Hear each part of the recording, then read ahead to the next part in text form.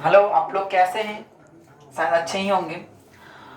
जैसे कि इससे पहले हमने कई वीडियो बना चुके थे, जैसे कि सिमिलरिटी से रिलेटेड, जैसे थ्योरम वगैरह सब, जैसे पाइथागोरस प्रमेय, पाइथागोरस प्रमेय का विलोम, और सिमिलरिटी का एक प्रमेय था, उन्होंने वो मैंने बता दिया, उसका टाइप्स ऑफ ट्रायंगल, बहुत सारे चीज़ मैंने बताए हैं। और इसके अलावा आज हम बहुत ही अच्छा टॉपिक लेकर आ रहे हैं, और टॉपिक का नाम है त्रिकोणमिति, जो 10वीं के बच्चों के लिए बहुत ही इंपॉर्टेंट है, क्योंकि इनसे बहुत ही ज़्यादा मार्क्स नंबर आ जाता है बच्चों को। करीब करीब 20 मार्क्स का पूछा जाता है त्रिकोणमिति, सिर्फ त्रिकोणमिति से। अगर बच्चा त्रिकोणमिति अच्छा समझ ले तो कहीं ना कहीं बहुत ही अच्छा मार्क्स ला सकता है। तो चलिए आज हम लोग त्रिकोणमिति को अच्छे तरीका समझते हैं, और त्रिकोणमिति का किस प्रकार से इन्वेंशन वो ये भी हम लोग जान लेंगे अच्छे तरीका से। तो चलिए हम लोग स्टार्ट करते हैं त्रिकोणमिति। हम लोग आज पढ़ेंगे त्रिकोणमिति। त्रिकोणमिति, त्रिकोणमिति को इंग्लिश में बोलते हैं ट्रिगोनोमेट्री। ट्रिगोनोमेट्री।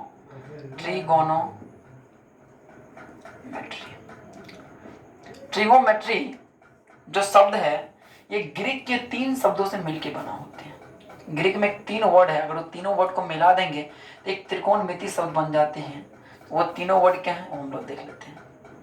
पहला एक शब्द है जो है ट्री, दूसरा शब्द है गोनिया, और तीसरा शब्द है मेट्रोन। तीनों का मतलब समझते हैं कि ट्री का मतलब क्या होता है, गोनिया का मतलब क्या होता है, और मेट्रोन का मतलब क्या होता है।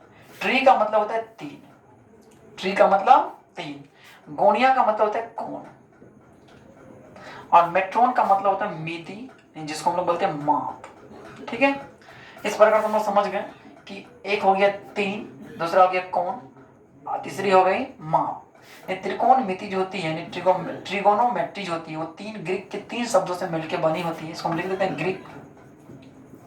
ग्रीक में 3 ग्रीक शब्द हो गया, ग्रीक के 3 शब्द, यही तीनों शब्द से मिलकर बनते हैं ट्रिगोनोमेट्री। अगर हम इन तीनों शब्द को मिला देंगे तो इनका एक शाब्दिक अर्थ बन जाता है। अगर त्रिकोणमिति का शाब्दिक अर्थ की बात करेंगे तो कुछ इस प्रकार से बन जाएगा। शाब्दिक, अगर शाब्दिक अर्थ की बात करेंगे इनकी तो क्या हो जाएगा, 3 कोण की माप, 3 कोणों की माप, 3 कोण लेते हैं, 3 कोण की माप, 3 कोण की। अगर हम बात करेंगे कि त्रिकोणमिति क्या होती है, तो हम लोग यहाँ समझ गए कि त्रिकोणमिति जो होती है वो 3 कोणों की माप होती है। क्या होती है? 3 कोणों की माप होती है। इसका मतलब हम ये समझ गए कि त्रिकोणमिति जो होगा ना, वो 3 कोणों की माप हो जाएगी। एक बात हम इससे पहले बता चुके हैं, ट्रायंगल वाला जो वीडियो है उसमें दिया गया है कि 3 कोण, यहाँ पे एक वर्ड लिखा है 3 कोण, तो 3 कोण होता किसमें, तो त्रिभुज में होती है। इसका मतलब यहाँ से लिख रहा है त्रिभुज की माप। एक नया शब्द आ गया, इसका मतलब ये भी एक शाब्दिक अर्थ हो गया कि त्रिकोणमिति का अगर हम बात करेंगे कि शाब्दिक अर्थ क्या होती है, तो त्रिभुज की माप। अगर वास्तविक बात करेंगे, वास्तव में बात करेंगे कि त्रिकोणमिति हम लोग पढ़ते क्या हैं, वास्तव में त्रिकोणमिति हम लोग पढ़ते क्या हैं, तो त्रिकोणमिति में क्या पढ़ते हैं कि त्रिभुज की भुजाओं, त्रिभुज की भुजाओं और कोणों के बीच संबंध, इन्हीं के बारे में हम लोग पढ़ेंगे। त्रिकोणमिति में मेनली क्या पढ़ना पड़ता है कि भुजाओं और कोणों के बीच का संबंध। ये लेकिन कैसे आया, किस प्रकार से आया, वो हम लोग जरूर जानेंगे, लेकिन बताएंगे मेनली पढ़ना क्या है कि भुजा और कोणों के बीच का संबंध पढ़ना है। अगर आरंभ की बात करते हैं, थोड़ा ये देख लेते हैं कि त्रिकोणमिति का आरंभिक भूमिका क्या होगी। शुरुआत में देख लेते हैं, अभी पढ़ना तो वही है, लेकिन शुरुआत देख लेते हैं ये पहले किस प्रकार से उपयोग करता होगा लोगों ने, तो वो हम लोग जानते हैं। अगर अतीत की बात करें, अगर अतीत की बात हम लोग करते हैं कि अतीत में किस प्रकार से इसका उपयोग हम लोग करते थे त्रिकोणमिति का, तो कहा जाता है कि अतीत में खगोल शास्त्री, खगोल खगोल शास्त्र, इन सबों ने त्रिकोणमिति का उपयोग पृथ्वी से जैसे हो गए सूर्य, तारे और ग्रहों, सूर्य तारे और ग्रहों की दूरियां को मापने के लिए त्रिकोणमिति का उपयोग करते हैं। अतीत में बताया जाता है कि खगोल शास्त्र जो था वो पृथ्वी से सूरज हो गया, तारे हो गए और ग्रह, इन सभी की दूरियां मापने के लिए त्रिकोणमिति का उपयोग करते थे। लेकिन ये तो समझ गए कि अतीत में इस प्रकार से उपयोग होता है, लेकिन आज के दौर पर बात करेंगे कि त्रिकोणमिति का किस प्रकार से उपयोग होता है। तो आज के दौर में कहा जाता है, जहां तक कि ज्ञात किया गया है कि त्रिकोणमिति का इन्वेंशन करने वाला या सबसे पहले जानकारी रखने वाला कौन सा था, तो वो आ जाता है मिस्र और बेबीलोन वासियों। इन्हीं को कहा जाता है बेबीलोन वासियों। इन्हीं का देन है त्रिकोणमिति। इन्हीं को सबसे पहले त्रिकोणमिति का ज्ञान था। अगर बात करेंगे सबसे पहले त्रिकोणमिति का ज्ञान किसके पास था, तो वो था मिस्र और बेबीलोन वासियों के पास था। यही लोग त्रिकोणमिति का सबसे पहले ज्ञान, इन्हीं लोग के पास पहले त्रिकोणमिति का ज्ञान था। बाद में एक महान वैज्ञानिक आया, उनका नाम था हिपार्कस। वो करीब करीब 140 बीसी में उन्होंने एक संबंध बताया। वो संबंध आज भी बहुत उतना ही यूजफुल है जितना उस समय था। उन्होंने ये बताया कि त्रिभुज में भुजा और कोण में क्या संबंध होती है। उन्होंने त्रिकोणमिति की मदद से, हिपार्कस ने ये बताया कि कोण और भुजा में किस प्रकार से रिलेशन होती है, ये बताया।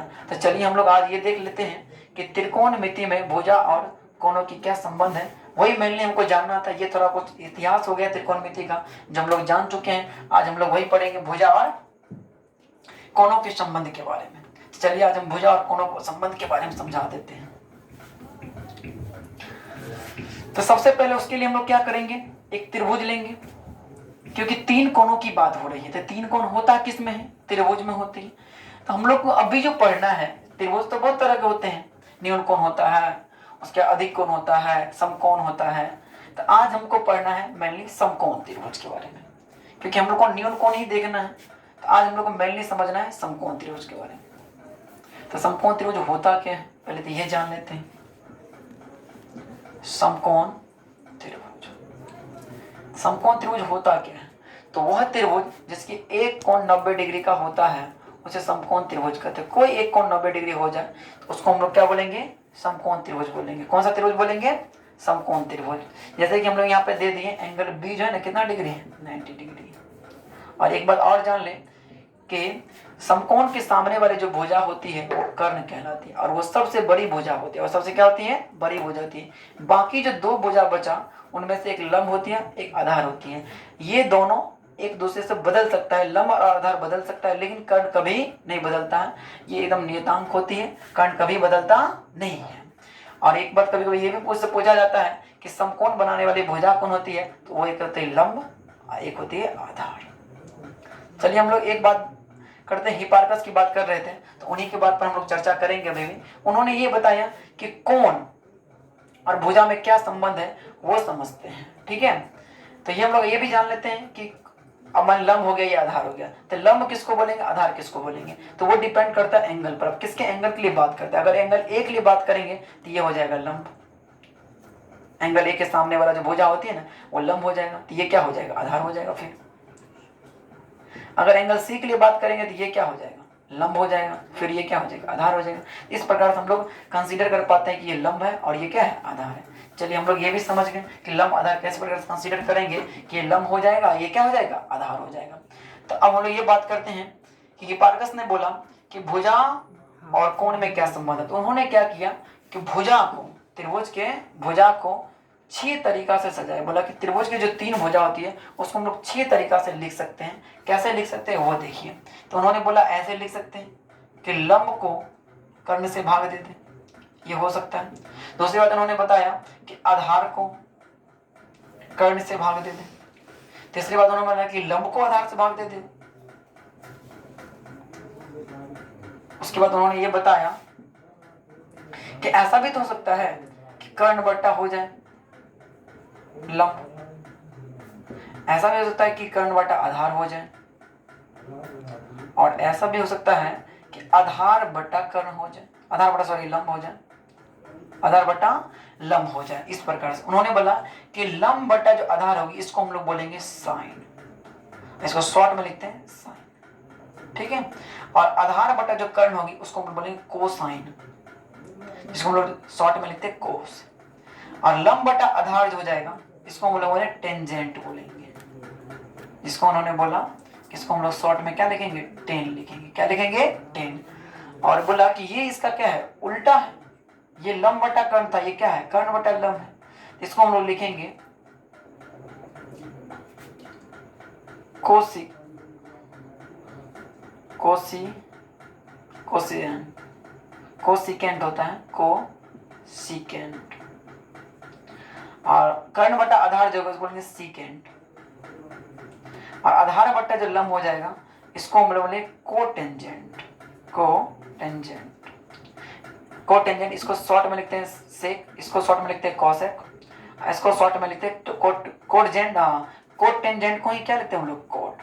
इस प्रकार से उन्होंने ये मेंशन कर दिया कि साइन जो होती है वो लंब बटा कर्ण होती है, कोस जो होती है वो आधार बटा कर्ण होती है, और टेन जो होता है वो लंब बटा आधार होती है, और कोसेक जो होती है वो कर्ण बटा आधार होती है, और सेक जो होती है कर्ण बटा आधार, सॉरी कोसेक जो कर्ण बटा लंब हो जाता है, और सेक जो होती है कर्ण बटा आधार हो जाता है, और कोण जो जाती है वो हो जाती है आधार बटा लंब। क्या हो जाती है, आधार बटा। इस प्रकार से हिपारस ने इन भुजाओं और कोणों के बीच संबंध को दर्शाया। इसके बाद हम लोग ये समझ लेंगे कि किस प्रकार से हम लोग इसको फाइंड आउट कर पाते हैं कि लंब आधार, और कुछ दिया रहेगा तो एग्जांपल हम लोग समझ जाएंगे। तो ये चीज हम लोग अगली वीडियो में देखेंगे कि किस प्रकार से हम लोग किस प्रकार से हम लोग कोई भुजा दिया रहेगा उससे हम लोग दूसरी भुजा को निकाल पाएंगे। तो ये आज हम लोग ये मेनली पढ़ ले कि त्रिकोणमिति का है क्या, उसका इतिहास क्या है, वो कैसे आया, किस किस प्रकार से लोगों ने इसका उपयोग किया। तो कल हम लोग इसका सवाल अच्छे से देख पाएंगे। तब तक के लिए बाय, गुड नाइट।